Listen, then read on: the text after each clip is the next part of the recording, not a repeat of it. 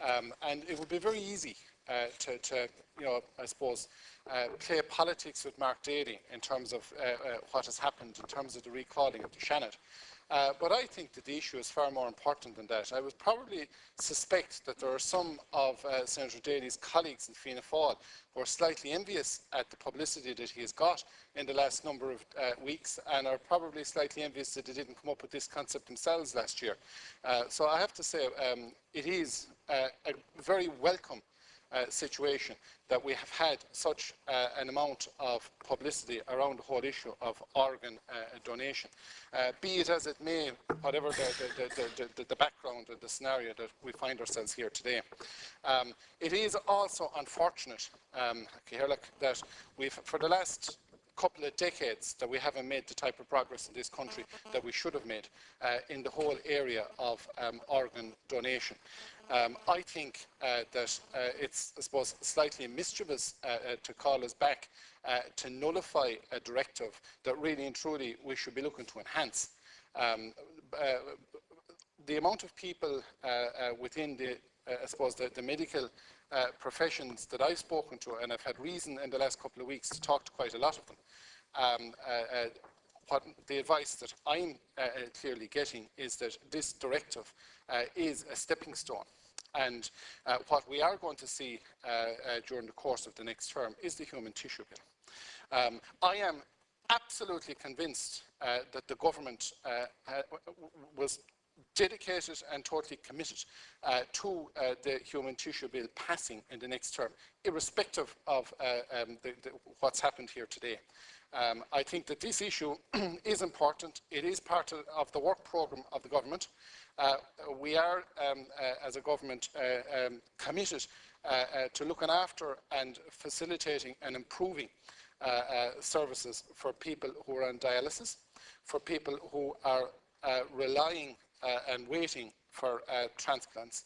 And I think that what we've seen in the last week, or the last number of weeks, is media coverage which hopefully will result in more people carrying organ donor cards.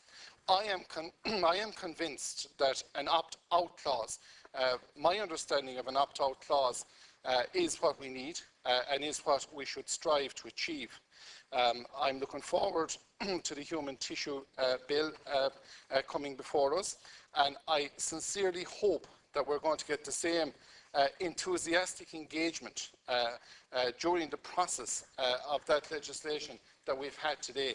A lot of people would, I suppose, look on what's happened today and our discussions today in a negative way. I actually think it's extremely positive. If the Shannon is to be called back on any issue, I think calling it back on this issue is appropriate.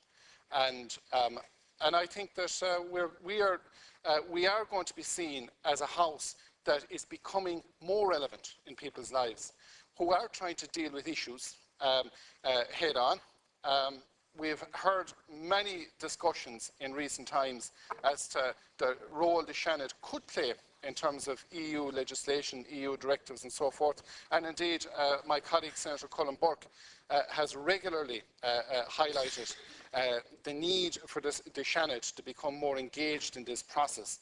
I think it's universally accepted across the political divide that the Shannon has a role to play in filling this obvious gap that exists within our political structure.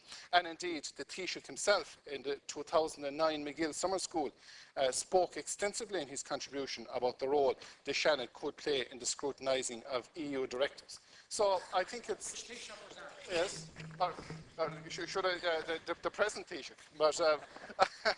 Mind them of that, I mean, it is widely acknowledged and accepted that there is a void within our political and our legislative structure in terms of analysing and scrutinising EU legislation. So if today highlights in the first instance, organ donation, and the importance of organ donation, and our poor record over the last 14, 15 years in that regard.